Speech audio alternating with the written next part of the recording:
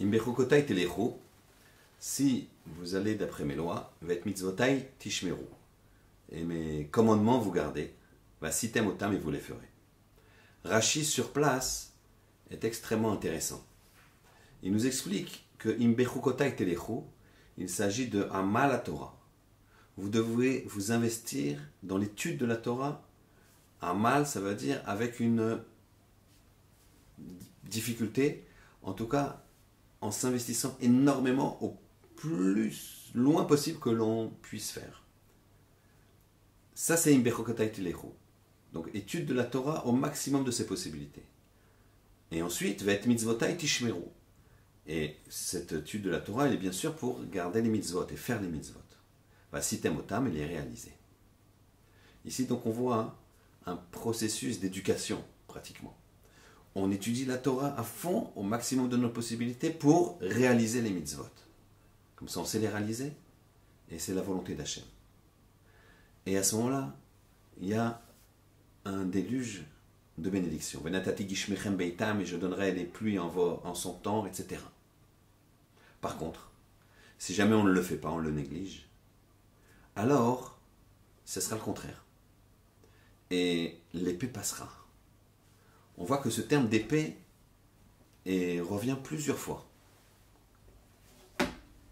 Quel rapport? Le Midrash, dans la paracha de la semaine, nous amène notamment l'enseignement suivant. Tane Beshem Rabbi Elazar Asay.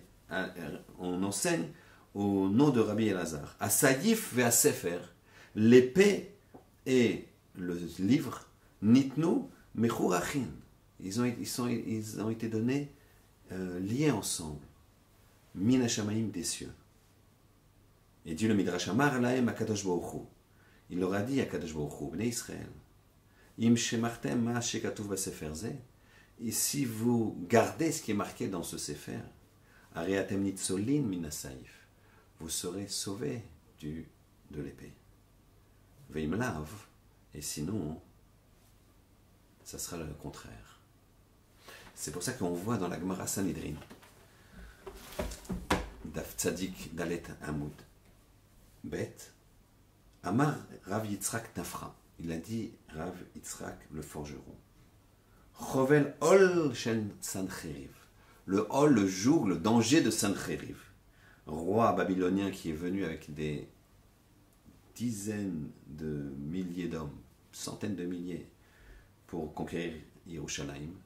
Son Ol, il a été brisé, Mipne Shemeno Shel Chizkiyahu, par l'huile de Chizkiyahu Amelech, Shayadolek Bebet Aknesiot Bet Midrashot, qu'il payait pour illuminer, pour éclairer les Bet Akneset et les Bet Midrash. C'est toujours l'épée contre la Torah. Ça va ensemble. Et donc, qu'est-ce qu'il a fait? Il a planté l'épée devant l'entrée de chaque Bet Midrash. Et il a dit, tout celui qui rentre et étudie, parfait.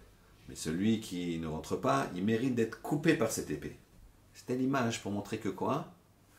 Que le danger, il ne vient pas de l'ennemi.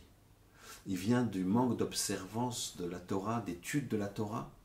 Et évidemment, il en découle effectivement l'application des mitzvot. Ici, on voit l'importance. Il ne s'agit pas ici, à Kadosh Baruch Hu, de nous... Il ne nous prend pas en... comment dirais-je, en otage, en disant, voilà, c'est récompense. Il nous explique ce que c'est le mode d'emploi. C'est comme ça qu'il faut vivre. La Torah, c'est le mode d'emploi de la construction du monde. Hachem, il a regardé dans la Torah, il a construit le monde. Alors, le monde, avec la Torah, il est shalem. Il est entier, il est shalom. Sans Torah, il y a l'épée. Qu'Hachem, il fasse qu'on puisse réussir à s'investir et à étudier la Torah comme il le faut, pour appliquer les mitzvot et chanter la gloire d'Hachem. Shabbat Shalom.